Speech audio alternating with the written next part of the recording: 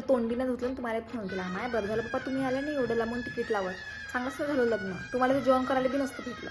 आम्हीच तर काय म्हणते 3 पोळ्या 5 गुलाब जामुन खाऊन उठलो.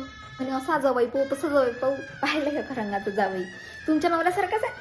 नाही म्हणजे तुमचा नवरा चांगला आहे. करा म्हणून पुरीचं लग्न तर म्हणे करू न घाई आहे का. पुरीला घरात घालून ठेवलं, नाता लावून दिलं.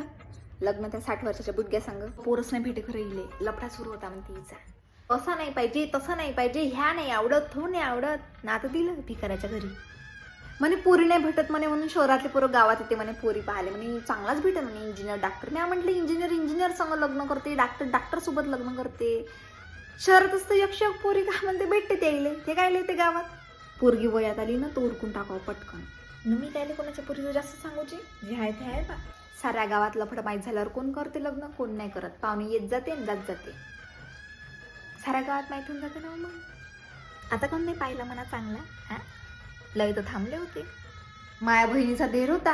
20 एकर शेती आणि कांद्याच्या टेम्पो, गाई म्हशी ढोरं वासरं सारंच होतं.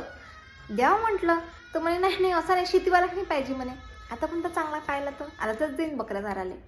बरं झालं नाही तर टिकली नसती पोट्टी. लफड होतं तिचं तर चालली गेली असती. आता काय त्या पोट्ट्याचं झालं ज्याच्यासोबत लफड त्याचं झालं खरं दुसरीकडे लग्न.